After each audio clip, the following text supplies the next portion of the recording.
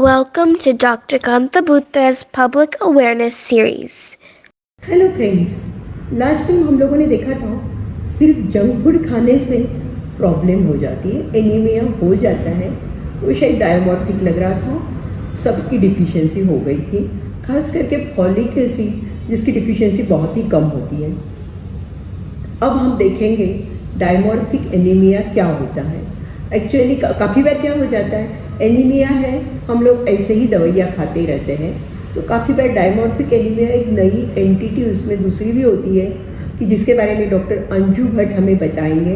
Doctor Anju Bhatt सूरत के famous pathologist हैं और उनकी ग्लोबल लैब्स की 2 ब्रांचेस चल रही हैं। चलिए अंजू मैम बताइए।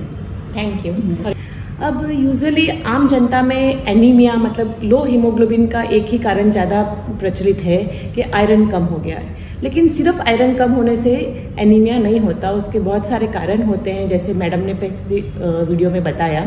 लेकिन मैं इतना ही बताऊंगी कि सिर्फ आयरन लेने से बिना जांच कराए कभी कभी मुश्किल ज़्यादा बढ़ सकती है। आज हम ये डायमॉर्फिक एनीमिया एक दूसरी नई एंटिटी है जिसके बारे में बहुत कम है सुना हुआ है, उसके बारे में थोड़ा जानेंगे। अब डायमॉर्फिक एनीमिया क्या है, वो 2 डेफिशिएंसी के कारण हो सकता है। कभी कभी आयरन डेफिशिएंसी और B12 डेफिशिएंसी साथ में हो तो ये डायमॉर्फिक एनीमिया होता है। अब उसका डायग्नोसिस कैसे पता पड़ता है, तो डायग्नोसिस मोस्टली अपने स्लाइड जो पैथोलॉजिस्ट अपनी लेबोरेटरी में जो CBC जांच जो बहुत कॉमन है वो करवाते हैं, वो CBC जांच के बाद पैथोलॉजिस्ट जब माइक्रोस्कोप में स्लाइड देखते हैं तो उनसे पता पड़ता है कि उसमें कौन से टाइप के सेल्स होते हैं। नॉर्मली हमारी लैंग्वेज में हम नॉर्मोक्रोमिक बोलते हैं, जो नॉर्मल साइज़ के होते हैं, उसके अंदर हीमोग्लोबिन भी बराबर होता है। लेकिन ये डायमॉर्फिक एनीमिया में डाई मतलब 2 टाइप के सेल्स हो जाते हैं, छोटे भी और बड़े भी। छोटे आयरन के कारण और बड़े B12 या फॉलिक एसिड डेफिशिएंसी के कारण होते हैं। ये एक छोटा सा स्मीयर है जिसमें अपने को आप देख सकते हैं कि यहाँ जो एरो रेड एरो है उसमें खाली खाली सेल्स दिख रहे हैं, वो कम हीमोग्लोबिन के हैं, और जो ये ग्रीन एरो है उसमें बड़े सेल्स और ज़्यादा हीमोग्लोबिन वाले हैं, मतलब नॉर्मोक्रोमिक या हाइपोक्रोमिक, ऐसे 2 सेल्स दिखते हैं। और ये इसी के साथ लेबोरेटरी में हम जब CBC रन करते हैं तो ऐसा RBC में 2 पीक देखने को मिलते हैं हमको, हम जब सेल काउंटर में CBC रन करते हैं, तो वो भी एक टिपिकल फाइंडिंग है डायमॉर्फिक एनीमिया की।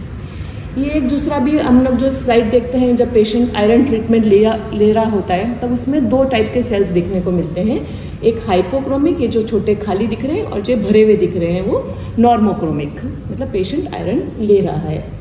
अब नॉर्मली जो डायमॉर्फिक एनीमिया होते हैं उसके बहुत सारे कॉजेज़ होते हैं। एक तो पेशेंट आयरन ट्रीटमेंट ले रहा हो, पेशेंट आयरन एनीमिया से रिकवर हो रहा हो, और जैसे बताया कि आयरन और B12 डेफिशिएंसी दोनों साथ में हो। लेकिन एक जो मोस्ट कॉमन है, वो जो इग्नोर हुआ होता है, वो है सिड्रोब्लास्टिक एनीमिया। ये सिड्रोब्लास्टिक एनीमिया एक नया टर्मिनोलॉजी है तो बहुत पुराना, लेकिन कॉमन नहीं है, अनकॉमन टर्मिनोलॉजी है ऐसा बोल सकते हैं। सिड्रोब्लास्टिक एनीमिया में क्या होता है, आयरन तो बराबर होता है बॉडी में, आयरन ओवरलोड होता है बल्कि बॉडी में, लेकिन हमारा बॉडी आयरन ले नहीं सकते उनके रेड सेल्स बनाने के लिए, इसलिए एक तरफ आयरन ओवरलोड हो जाता है और दूसरी तरफ रेड सेल की डेफिशिएंसी हो जाती है। अब है हम सिड्रोब्लास्टिक एनीमिया में हम बताया उसके कारण बहुत ज़्यादा आयरन ओवरलोड बॉडी में हो जाता है। और सिड्रोब्लास्टिक एनीमिया 2 टाइप के हो सकते हैं। एक पेशेंट को, बच्चे को बर्थ से होता है, उसको कॉन्जेनिटल सिड्रोब्लास्टिक एनीमिया बोलते हैं, और दूसरा बाद में लेटर एज पे आता है, उसको एक्वायर्ड सिड्रोब्लास्टिक एनीमिया बोलते हैं। अब जो कॉन्जेनिटल है वो बर्थ से होता है, मोस्टली मदर को मेटल्स और मिनरल्स के एक्सपोजर के कारण होता है, उस बेबी में ट्रांसमिट होता है। और दूसरा जो लेवल है वो एक्वायर्ड सिड्रोब्लास्टिक एनीमिया है। एक्वायर्ड सिड्रोब्लास्टिक एनीमिया बहुत सारे कारण के कारण हो सकता है। अल्कोहल सबसे कॉमन कॉज है अल्कोहल सिड्रोब्लास्टिक एनीमिया का। उसके बाद हैवी मेटल पॉइजनिंग, उसमें खास लेड पॉइजनिंग और आर्सेनिक, कभी कभी एक्सपोजर होता है पेरेंट्स को लेड और आर्सेनिक का, उसके कारण भी ये हो सकता है।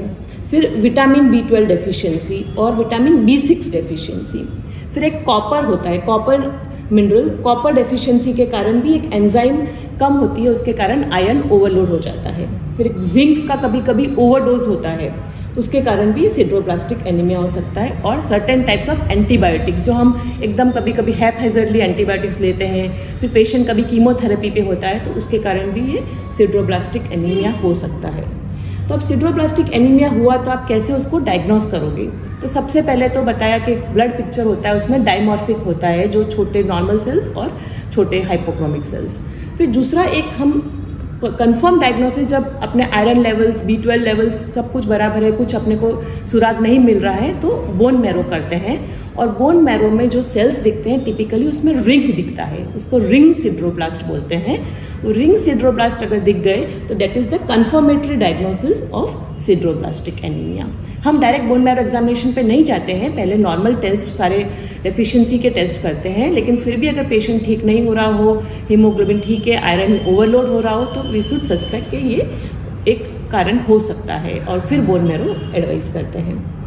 अब उसके कारण एक CBC टेस्ट करना चाहिए, एक नॉर्मल ब्लड स्मीयर जो हम कहते हैं वो करना चाहिए, बोन मैरो एस्पिरेशन या बायोप्सी, और फाइनली जो अगर पेशेंट को सस्पेक्टेड है कि मदर में, फैमिली में भी ये रन हो रहा हो, तो जेनेटिक टेस्टिंग करते हैं। उसके बाद हम कैसे मैनेजमेंट करेंगे वो हमारा इतना विषय नहीं है, लेकिन फिर भी हम जो चीज़ उसको एक्सपोजर हो रहा हो, सपोज मेटल का एक्सपोजर हो रहा हो, उनको कॉज मिल गया हो, तो वो हम अवॉइड करने की ट्राई करनी चाहिए। या फिर कोई मेडिसिन हो जिसके कारण ये सिड्रोब्लास्टिक एनीमिया हो रहा हो, तो वो मेडिसिन अवॉइड करने की ट्राई करनी चाहिए। Thank you. Thank you Anju Ben. मेरे को लग रहा है कि एक बात क्लियर हो गई है कि हर एनीमिया की ट्रीटमेंट आयरन नहीं है। एक्चुअली जब एनीमिया होता है, समझो आपने महीना भर दवा ले लिया है, कोई इम्प्रूवमेंट नहीं मिल रही है, आप proper doctor, haematologist, proper pathologist उनके पास जाके अच्छे से जांच करा लीजिए। जस्ट ऐसे ही आयरन खाने से और आयरन ओवरलोड होने से भी बहुत सारी बीमारियां हो सकती हैं। Thank you.